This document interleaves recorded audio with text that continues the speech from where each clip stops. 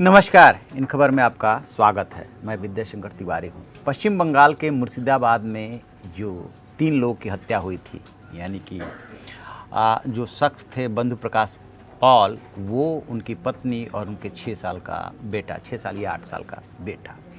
अब वो मामला जो है काफ़ी तूल पकड़ता जा रहा है, क्योंकि जिस तरीके से नृशंस हत्या की गई है वो उसी दिन से सुर्खियों में है। 2 दिन पहले की घटना बताई जा रही है, 1 दिन लेट से पता चला, लेकिन अब उसमें राजनीतिक एंगल यह है कि आरएसएस का कहना है कि वो उनका कार्यकर्ता था। तो चूंकि पश्चिम बंगाल में जो माहौल है, उस माहौल में यदि आरएसएस कार्यकर्ता की इतनी नृशंस तरीके से पूरे परिवार समेत हत्या की जाती है, तो तय मानिए कि उसमें कहीं ना कहीं सियासी रंजिश थी। और आरएसएस और बीजेपी इस मामले को स्वाभाविक है कि तूल देंगे कि किस तरीके से मारा गया। इनका नाम जो है बंधु प्रकाश पॉल है, और 1 दिन पहले ही 3 लोग की हत्या की गई थी। मृतकों में स्कूल का शिक्षक, यानी कि ये शिक्षक हैं, उनकी गर्भवती पत्नी भी गर्भवती थी, और एक 8 साल का बच्चा बताया जा रहा है, 6 साल या 8 साल। जियागंज थाना क्षेत्र के काजीगंज इलाके में ये घटना हुई है, और 36 घंटे बाद अब आरएसएस ये कह रहा है कि उनका कार्यकर्ता ये है।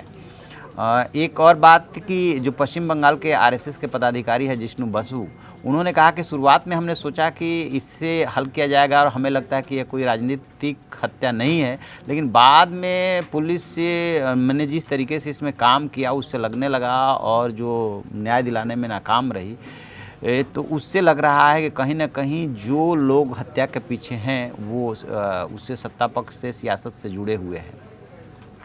वो ये भी बता रहे हैं कि एक बार उनका कोई मिलन प्रोग्राम हुआ था आरएसएस का, उसमें वो आए थे, और इस तरह से उनकी पत्नी का नाम जो है वो ब्यूटी है, और बेटे का नाम जो है अनगन है।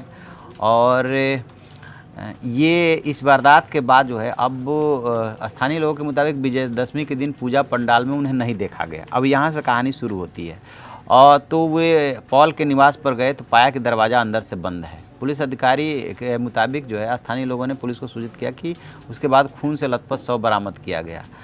तो शुरुआत विजयदशमी के दिन से हो रही है, उसके बाद घर पे लोग जाते हैं, फिर ऐसे ऐसे बॉडी मिलती है, और फिर 36 घंटे बाद आरएसएस सामने आता है कि वो उनका कार्यकर्ता था। अब ये ट्विटर पे जो है ट्रेंड कर रहा है मुर्शिदाबाद और ये हत्याकांड, और उसमें जिस तरीके की तस्वीरें सामने आई है वो बहुत ही नृशंस तरीके से मारा गया है। बर्बर, मतलब बर्बरता भी शर्मा जाए या उसको देख करके कलेजा मुँह को आ जाए, इस तरह की स्थिति हो रही है, जो पिक जो है वायरल हो रही है। उसमें चूँकि केरल और पश्चिम बंगाल और त्रिपुरा, ये तीनों जो है लेफ्ट शासित राज्य रहे हैं, तो वहाँ पे आप याद कीजिए कि जब कभी भी हिंसा, राजनीतिक हिंसा होती है तो इस तरह की घटनाएं होती रहती हैं, ख़ास तौर से पश्चिम बंगाल में। पश्चिम बंगाल में जब लेफ्ट और ममता दी यानी टीएमसी का संघर्ष चला तो भी उसमें ऐसी हत्याएं हुई, और अब जबकि बीजेपी वहाँ मजबूत बन के उभर रही है, उसका टीएमसी से मुकाबला हो रहा है, तो भी इस तरह की घटनाएं आ रही है। चुनाव के दिनों में आपने देखा ही होगा कि किस तरीके से चुनावी सभाओं को लेकर के राजनीति और सियासत हुई दोनों तरफ से।